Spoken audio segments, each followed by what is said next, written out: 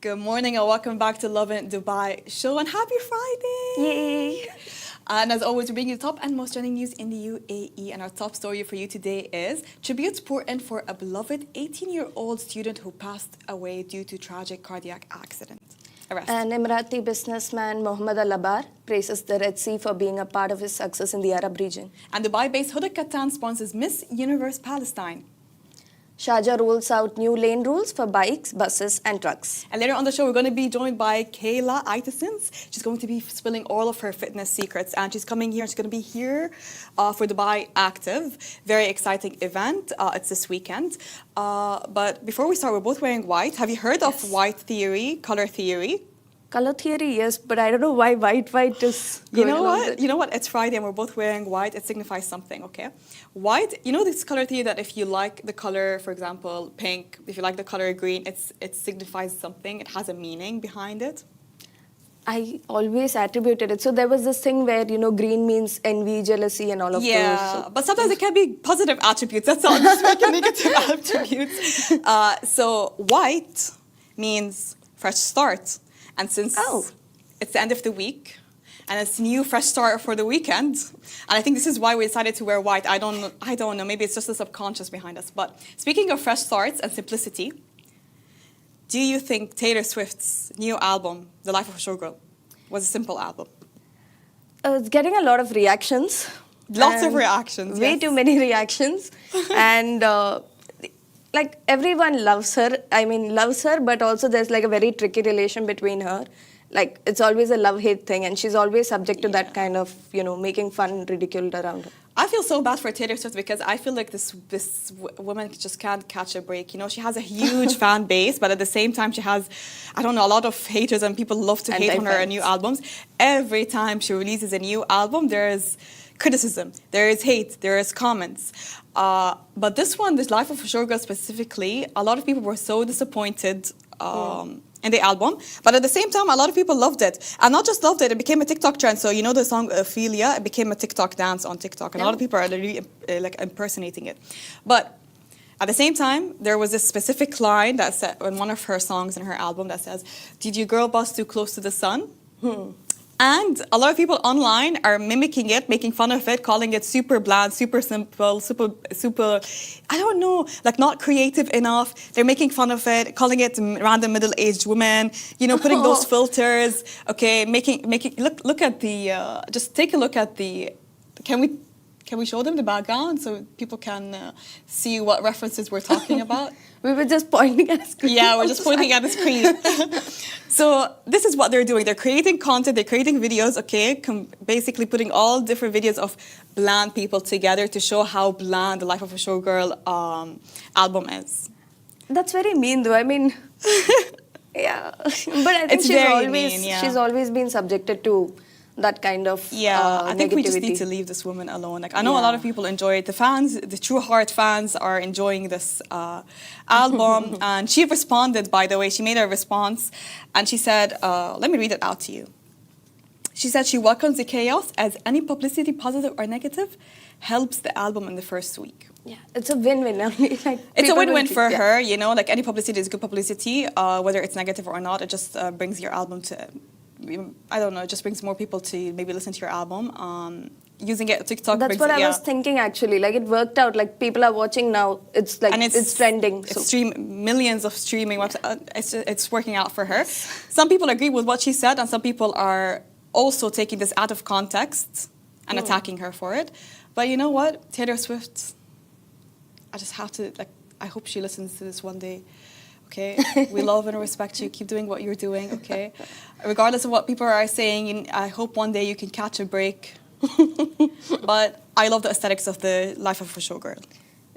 Anyway. I think this shows the life of a showgirl actually. All the stuff that's coming in, all the emotions, all the fans backing her, and then there are these trolls. Yeah, essentially what she was trying to say. And I feel like she decided to take basically a different route to this new album. It's very different from what she's used to do, and it's very new. And I think it's nice to experiment, you know. Always. Yeah. Anyways, let's move on to our first story of the day. Tributes pour in for a beloved 18-year-old student who passed away due to a cardiac arrest. A day after Diwali celebrations, an Indian teenager in Dubai tragically passed away following an unexplained cardiac arrest. A brilliant student and a golden visa recipient was in his first year of BBA when the incident occurred. He was dancing during a festive gathering with friends when he suddenly collapsed. Everyone present there had rushed to help, and paramedics tried to revive him in the ambulance, but his pulse was missing for a very long time. The news came as a shock to his family and friends because he didn't seem to have any history of any serious medical conditions that could have triggered such an incident. His family had since repatriated his body back home to Kerala in India and are awaiting the postmortem report. His former school released a circular expressing deep sorrows, postponing all events in his honors. Teachers and students described him as a kid who was kind, dedicated, and so full of life. He was known to be a true community hero, and it shows from all the tributes that has been pouring in for him.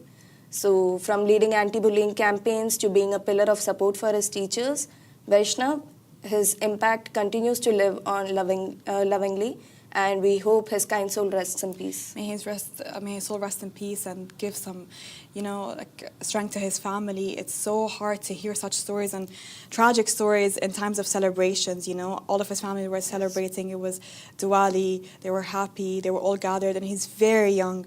So I really hope, may God give them strength to pass through this time. Yeah. Let's move on to our next story of today. Mohammed AlAbbar praises the Red Sea for being part of his success in the Arab region. Emirati businessman and Ammar founder Mohammed AlAbbar shared insights into his success during the next Gulf conference held in Abu Dhabi this week. When asked about the secret behind his achievements, AlAbbar gave a simple hack that might help you as well.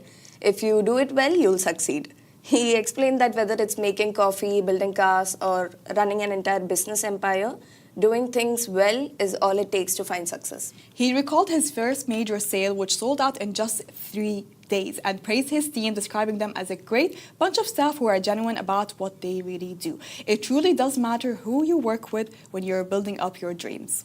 AlAbbar also credited Egypt for being an incredible country and thanked it for helping in turning Marasi Red Sea into a massive success. What a nice story to have, honestly. I've seen a lot of events happen at the Red Sea, and I feel like it's all over the For You page, like in terms of film festivals, business, and even when you look at, if you want more stories about business, you can follow us on Smashy Business. But this region, the Middle East region, is changing. It's becoming the next place to be in terms of business, in terms of investments. So we're seeing a lot of money flood in for real estate. We're seeing a lot of money flood in for fashion in Saudi Arabia. We're seeing a lot of money flood in terms for Spotify, music artists, artists from all around the world. Even the film festivals recently. Influencers are coming here into the city. Influencers are calling this home. Real estate agents are calling this home. Big millionaires, almost around 9,000 people in the first quarter of 2020. Millionaires, almost in the first quarter of 2025, 9,000 millionaires have moved into the city. Habibis really came into Dubai. Yeah, a lot of people came into Dubai, but this Middle East region, and it's changing. It's changing how people see it, and people are looking into it. It's the next place to be in terms of success, building an empire, investment. It's growing, it's advancing. So it's really, I'm really happy to be part of this, and I can't wait to see what's going to happen in the future. Yay! Let's move on to another story about new lanes. So we discussed it a few days ago that in Dubai, new rule lanes for motorcycles have been released. And now it's been confirmed to be released in Sharjah as well. So Sharjah rolls out new lane rules for bikes, buses and trucks. So starting November 1st, Sharjah police will enforce dedicated lanes for motorbikes, buses and heavy vehicles to boost road safety and improve traffic flow across the Emirates. So in coordination with RTA, the new rules specify heavy vehicles and buses far right lane only, motorbikes they can only use 2 right lanes on 4 lane roads, middle or right lanes on 3 lane roads, right lane roads on 2 lane roads as well. Violators will be facing fines of around 1,500 dirhams and 12 black points for lane misuse, or even up to 500 dirhams for ignoring the traffic signs. Smart cameras and radars will operate 24/7 to monitor compliance. The initiative follows similar lane restrictions recently introduced in Dubai, Abu Dhabi and Ajman, forming part of a nationwide traffic safety campaign aimed at reducing accidents, improving the mobility and enhancing the quality of life on UAE roads. Safer roads. Yeah, the reason why they released this is, we covered this just a few days ago. They had this news release in Dubai because just to avoid bikes from being on the fast lane roads, because sadly, with the percentage of accidents, it's just RTA and the government is looking into it. And to help prevent accidents on the road, it really helps if the bikes are not driving on the fast lanes or those last 2 lanes where people tend to drive a little bit faster. And I see it in a way where bikes can be a bit of a hazard. And previously we know that trucks are not allowed to use the fast lane lanes on the road. But I think this is just to reinforce it and to remind people that there are heavy and hefty fines if you do. So this is a nationwide rule, I think, in all the rules and all Emirates. For me, honestly, everything on road is a hazard.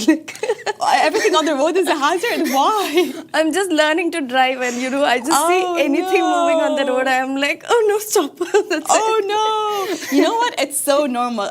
Once you start, are you still learning or you're driving? Yeah, I'm still learning. It's okay. You know what? It's normal to have that fear, to have that panic. Yeah. But bikes, I get it. Like, it's a bit difficult to see them around as well. That's the thing. They can be in your blind side. Yeah, it's easier if fast lanes are dedicated to like cars and other vehicles, and bikes could use the remaining lanes. Yeah. And don't you fear, by the way, you'll get your confidence to drive in the car. You know what? When I first started learning how to drive, I was scared like you. I was so scared to be on the road. And then one day, I was like, you know what? As soon as I got my license, I'm like, you know what? I don't want to live with this fear anymore. I want to be able to drive, okay? I took the car and I drove to the farthest location from my house. Broke that fear, used the highway, used difficult roads, okay? Very long distance, helped. So I used it to the entire potential, like, use it, go. Just drive. That's my recommendation. And you know what? Just face this fear and drive. Go ahead. And it's fun. You'll get over it, don't worry. You'll do fine. Hopefully, yeah. They've been very nice about it, actually. I was surprised a bit, like, back in my country, you know how they teach us, like, they're like, they scold you a bit and they're like, learn, why are you not learning? Here, very kind, very, very kind. They're very patient. Yeah, they're very patient. Yeah, usually they're very patient with the driving here. Yeah. They're trying to make sure the roads are safe. They keep, all these new rules also that come out, it's like really good in terms of, keeping the roads safer. Yes, it's all for our own benefit. Okay, yes. And I say time and time again, this is not a restriction, it's for your own benefit. Let's move on to our last story of the day. The Dubai-based Huda Kattan sponsors Miss Universe Palestine. Huda Beauty founder Huda Kattan has announced her brand's official sponsorship of Miss Universe Palestine, Nadeeb Ayoub, ahead of the 74th Miss Universe pageant taking place this November in Bangkok. At just 27 years old, Nadine Ayoub is more than a beauty queen. She's a wellness advocate, entrepreneur, and humanitarian. She is the founder of Olive Green Academy and the Saadiyat Palestine Foundation, to initiatives that are focused on sustainability, education, and women's empowerment across Palestine. Known for her authenticity and activism, Huda Kattan said that supporting Nadine felt deeply personal, describing the partnership as more than just makeup. Kattan has long used her global platform to speak up for Palestine, and this collaboration marks another step in her ongoing commitment to representation and empowerment on the world stage. It's so, oh God, this woman, she keeps impressing me all the time. Every time I hear news about her support for Palestine, I'm like, what else can this woman do? It didn't even cross my mind that someone with her, with her stage, will support someone as pageantry, okay?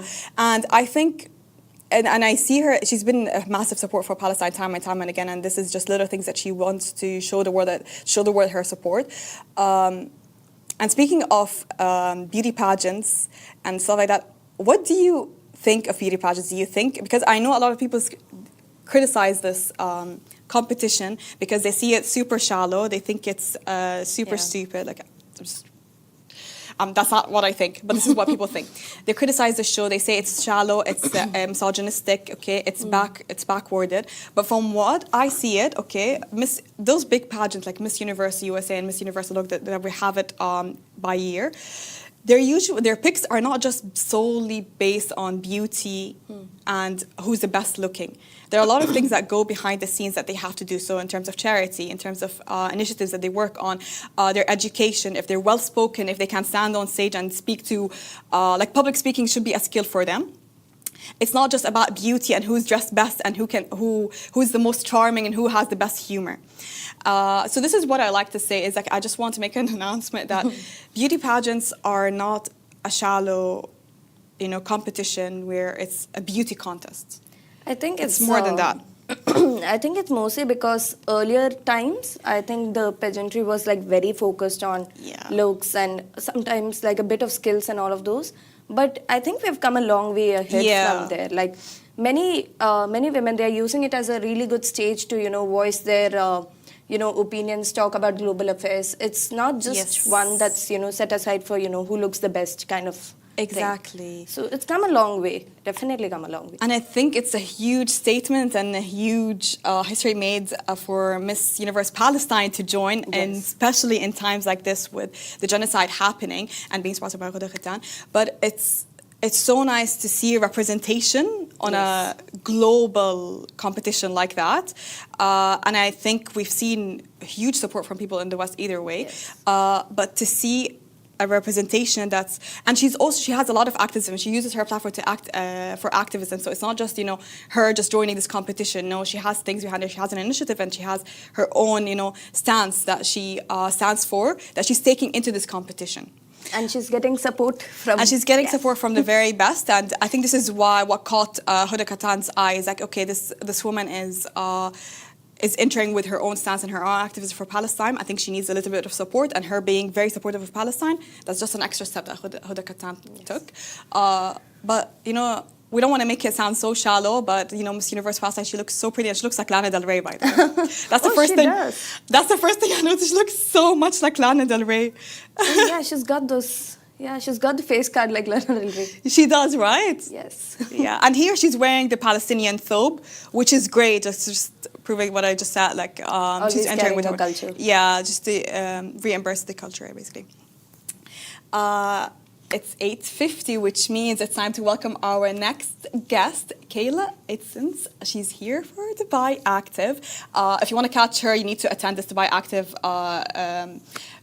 show. It's Dubai Active show. It's going to be super fun, okay, super interactive. So many sessions to look out for. But today she's joining us to spill all her fitness secrets.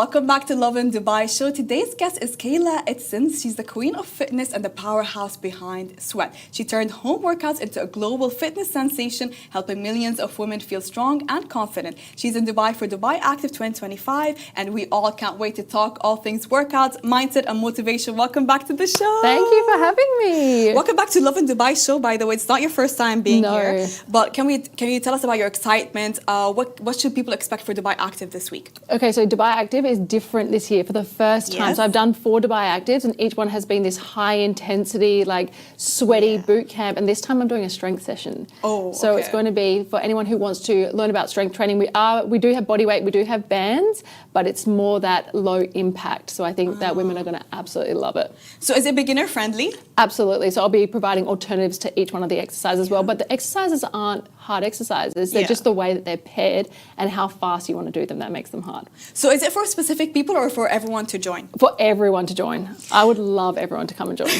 And you're a fitness influencer yourself, but we have to ask, I feel like everyone has this one workout that they really hate. Is there this specific workout that you hate? I don't hate any workouts. I'm just like, some workouts I'm just not good at. Like, for example, if I tried, I might be good at it, but right now I'm not good at running. Like, I'm just not, I don't find it peaceful. I haven't quite got the pace. I'm like, I go all out. I played basketball growing up, so I'm like ready to sprint. And then everyone's like, you need to run slowly. I'm like, no, I'm not good at it. Oh no, I'm not into running either, I just put me on the road and walk. Yeah, I love a walk. Walk is enough for me, yeah. What about a hike though? Also the same thing. I'm not so good at hiking. I think I'm going to stick to strength training in a temperature control gym at this point. You know what? It makes me feel so good, because I hate hikes and I hate running. So hearing it from a fitness influencer, I'm like, you know what? I'm not behind. I'm not behind. No, it's honestly, it's individual. It's whatever you like. Yeah, whatever you like. And speaking of feeling behind, a lot of people feel intimidated to maybe join the gym or maybe start their workout journey or maybe work out just in a public space. So what's the first maybe advice you'd give them to push them to start?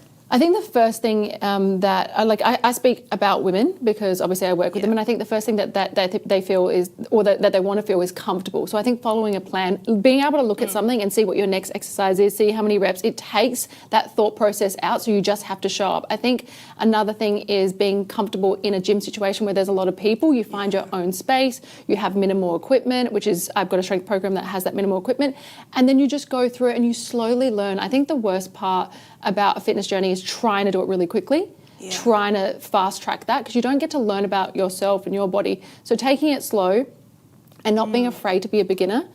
And not everyone is a beginner because they've never done exercise before. Women coming back from, having weeks off, having a baby, having an injury, having surgery, where we all have to start and build those foundations again. I've had 3 endo surgeries and I feel like I've just started again from the start each time. And it's just a journey.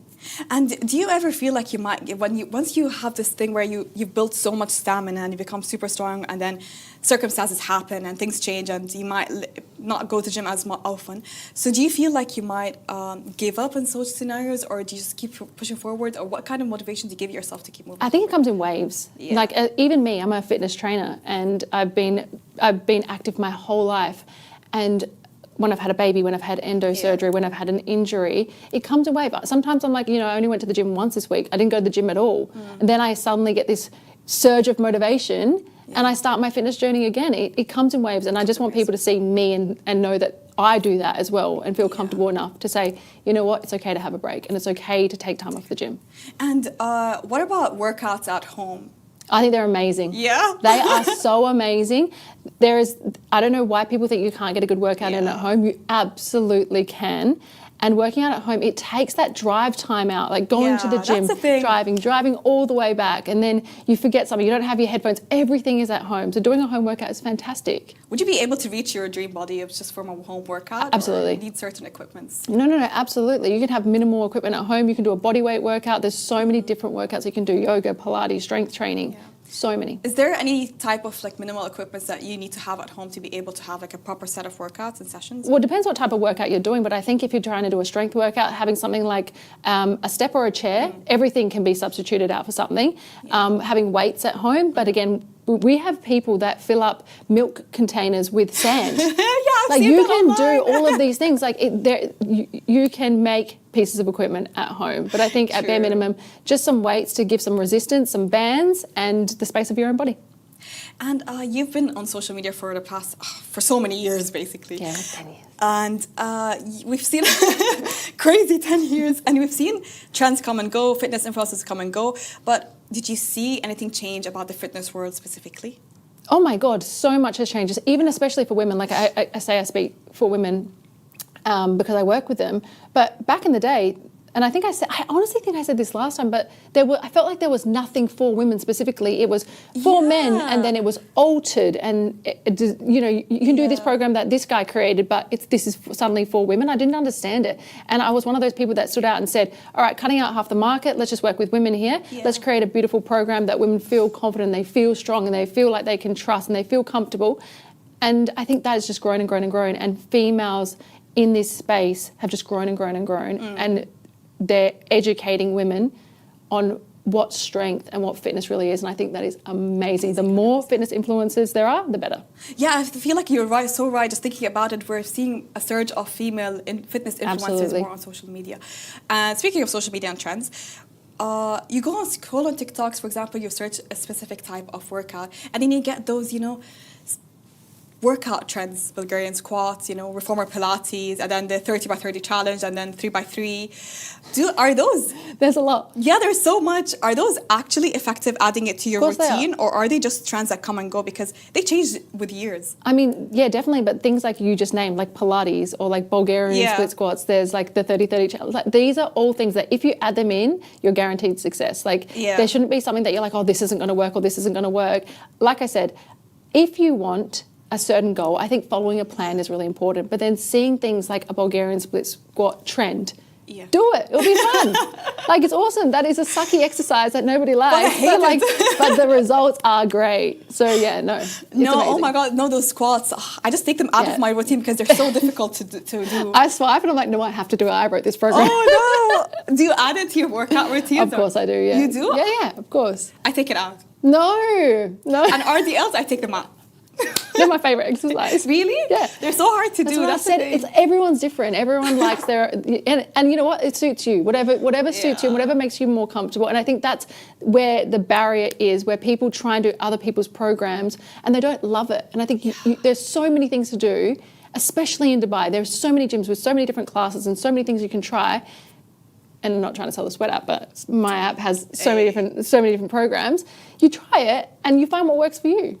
Okay, so from a, let's say, an expert's perspective, we've seen debates online whether you should do like a normal gym equipment workouts or Pilates for women. No, listen, it is whatever suits you, whatever you feel like doing, whatever, and it's goal-based as well. Like, are you looking for strength? Are you looking for hypertrophy training? Are you looking to, like, for me, like, I'm looking for muscles. Like, I want muscles in my shoulders. I want muscles in my arms. Like, I want to grow them, and I'm going to do that by doing weight training.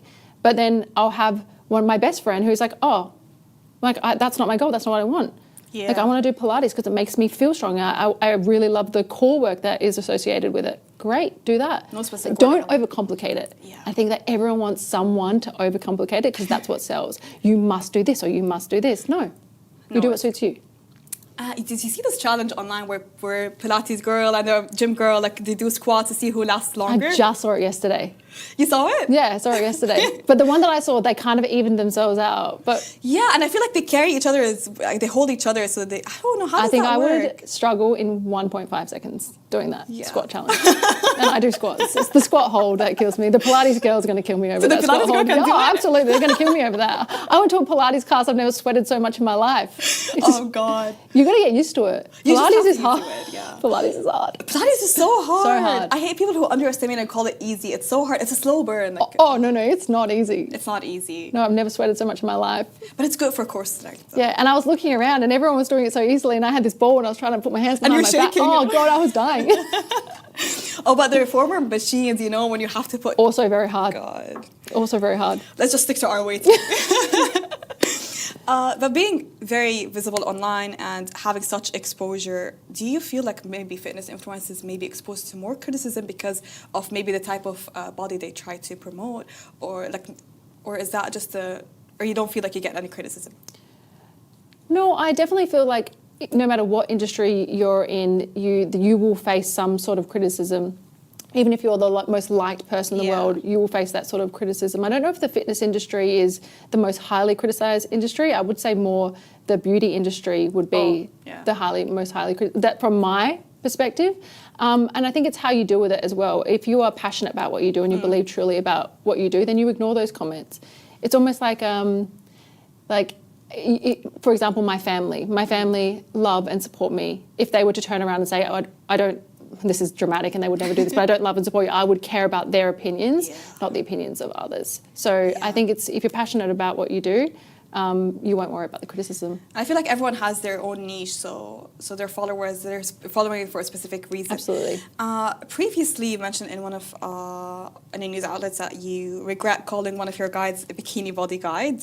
Why would you regret calling it that, and what's strength to you now? So that was 10 years ago. And that is crazy long time ago. I think like collectively we all just called it BBG. And the story behind that was I actually worked for a company called Bikini Body Bootcamp. And I worked in Adelaide at the beach. So then when we were releasing the guide, people knew me from the Bikini Body Bootcamp. So we called it Bikini Body Guide. Then I was like, when it went worldwide, I was like, no, no. So we changed it to Sweat.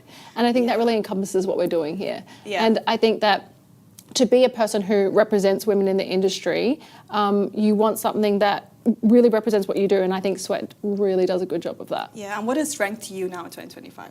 What is strength to me? Oh, it's completely different. Like, it is not physical at all. Strength is mental for me. Like, I have 2 kids, you know, you run a business, you have other things that you're invested in. Strength for me is like being able to get up every day and be present, you know, being able to see my family, you know, you have your 5 things that you have every day, your non-negotiables, and hitting those is strength for me. For me, it's not my body anymore. And although I'm so grateful to have a strong body, it is definitely a mental game. It's a game. And so you do believe that mental health and physical fitness come hand in hand? Oh, mental health first, for sure. And I think so many, and again, I speak with women, they're striving so much for this physical, and it is nothing without the mental. If you don't love yourself, and we talk about loving ourselves for so long, but if you truly do not love yourself and mentally are not there, the physical will never be good enough, and you'll always be chasing and always be chasing. You're a hamster in a wheel running. You're not getting anywhere. And you know what? You've seen it in the previous years, bodies are becoming a trend, you know. Now skinny is back. A few years back, it was the BBL body, you know. And then the hourglass. And no skinny model, like, it just comes and goes. Like, we can never catch a break. No, and again, that's why being confident in yourself, in your brain, in your ability, being smart is so important, because you can see past all these trends. Trends are just money. That's the thing, yes. Yeah. A lot of people just do it for money. But you know what? I have to ask you this one last question, okay? As someone who hates, eating, you know, chicken and drinking protein drinks. You're like exactly like my sister. Oh, my sister will dissect a chicken because it has veins in it, and she'll end up with this much. And I'm like, listen, don't eat the chicken. Don't eat it. Eat something else. I can't have the chicken. And the protein shakes, they have this weird aftertaste. Is there any other way to bulk up without I totally understand. You mean hitting your protein goals? Yeah. I think, honestly, there are so many other ways than torturing yourself over protein shakes and chicken. You're exactly like my sister. She is identical to that. And again, like I said, it's what suits you. For example, there are days where everyone has this, by the way, guys. You know, you're off eggs or you're off chicken. You just have that, it's too chickeny or it's too eggy. Oh, God. Yeah, for me, the red meats, there are so many things with protein in it. You don't have to cure yourself over it. Again, don't be so hard on yourself. That's the thing. Every time I try to look for, protein shakes without protein powder, without this and that, without vanilla. You don't need it. You can hit it another way. You can definitely just hit it through just your food. For example, I eat a Mediterranean diet, and that's enough. Okay. And everyone talks so much about protein here. Yeah, I know. Everyone talks about the proteins. Speaking of proteins and food intakes, should we be scared of carbs? No, we can't be talking about this in 2025. Really? Absolutely not. Absolutely not. And that's why I say, a lot of people, we focus on these macronutrients. So we're focusing on, we talk about protein, we talk about carbohydrates, we talk about fats, and there's micronutrients that we just lack. Imagine if you just ate a piece of chicken and some rice every single day. You would have your vitamins. Imagine your iron levels or your vitamin D, your vitamin C. You're not getting that. You get that from your fruits and your vegetables. You get that through a healthy, balanced diet. Like if you, I wish people would go onto my profile right now, guys, Kayla Itsines on Instagram, and have a look at the foods that I eat. Honestly, we ain't scared of carbs. Check her out. Before you leave us, we have a little game. It's called Train Like Kayla. Okay. Okay. So this is the concept. Let me describe the game to you. I'm going to describe a real life situation. Okay. Oh, okay. And you're going to tell me a mini workout that you'd sneak in. Oh, okay. Okay. I love this. Go. You're stuck in traffic for 20 minutes. You're stuck in traffic? So you're inside the car. Or I would do like, I would just like, you could do vacuums. Where like you're focusing on your core. You can tense your glutes.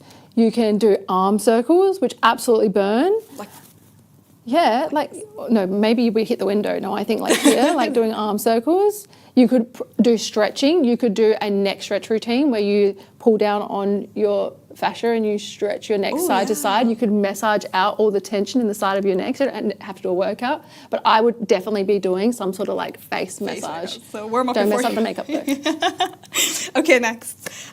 You're waiting for your coffee order. You could, yeah, I mean, like you wouldn't. You could do some calf raises. You could pretend to sit on a chair and actually do a squat hold. Oh, that's a good one. The Pilates squat hold that I can't do. That's a good one. Okay. Your toddler is chasing you around the house. That's it. That's finished. Running. That's the workout. Anything with kids and chasing after them is the workout. Also, things that are workouts are hanging out clothes, vacuuming and mopping your house, taking anything up the stairs, making a bed. That's also a workout. That counts, Kayla says. What else counts? I think any sort of outdoor work, also a workout. Cleaning the pool. Cleaning the pool is a workout. It's an arm workout. Yep. Thank you so much for giving us recognition. Thank you, guys. Thank you. This leads up to my next question. You're vacuuming. Yes, my vacuuming. That's vacuuming. That's a workout. That's 100% a workout. That's a workout. Okay, last one. Oh, sorry. Go ahead. No, that's it. I was just ticking off that box that it's a workout. You're binge watching Netflix. Oh, you could do anything. You know what? Like, honestly, the other day you can walk on a treadmill while watching Netflix. Yeah. I think doom scrolling while walking on a treadmill is like the best thing in the whole world. Yeah. Just step up, doom scroll. You know what? Thank you for validating me. Oh my God, yeah. I just having a conversation with another professor. I used to say that I watch TikToks while I'm on the treadmill. 100%. How else are you going to be on a treadmill? In silence, listening to music? No. My attention span is like this. Yes. So I need something to watch. I think like if you're going to doom scroll, then pair it with something that is going to benefit you, like walking on a treadmill, and then you will start liking the treadmill. Yeah, true. Maybe, you know what? I'll try to sound like super into fitness or whatever. Maybe watching Netflix, I'll add doing bridges, right? That's workout, you know? You want to do a bridge? If you're laying in bed. Like a plank? Or like a glute bridge? Glute bridge. I mean, like... Can that work? Sometimes you could just watch Netflix and relax. You know? Yeah, it could work. Heard it from the expert. You know, you can just watch Netflix and relax. If you want to catch Kayla, she's going to be here for Dubai Active this weekend. Sunday, 3:30. I love to see you guys there. Everybody is welcome. Strength workout. Yes, everyone's welcome. She's leading the session on Sunday, so you have to be there. And this brings us to the end of the Lovin Dubai show. Thank you so much for watching. We go live every weekday at 8:30 a.m. Bye-bye. Bye, guys.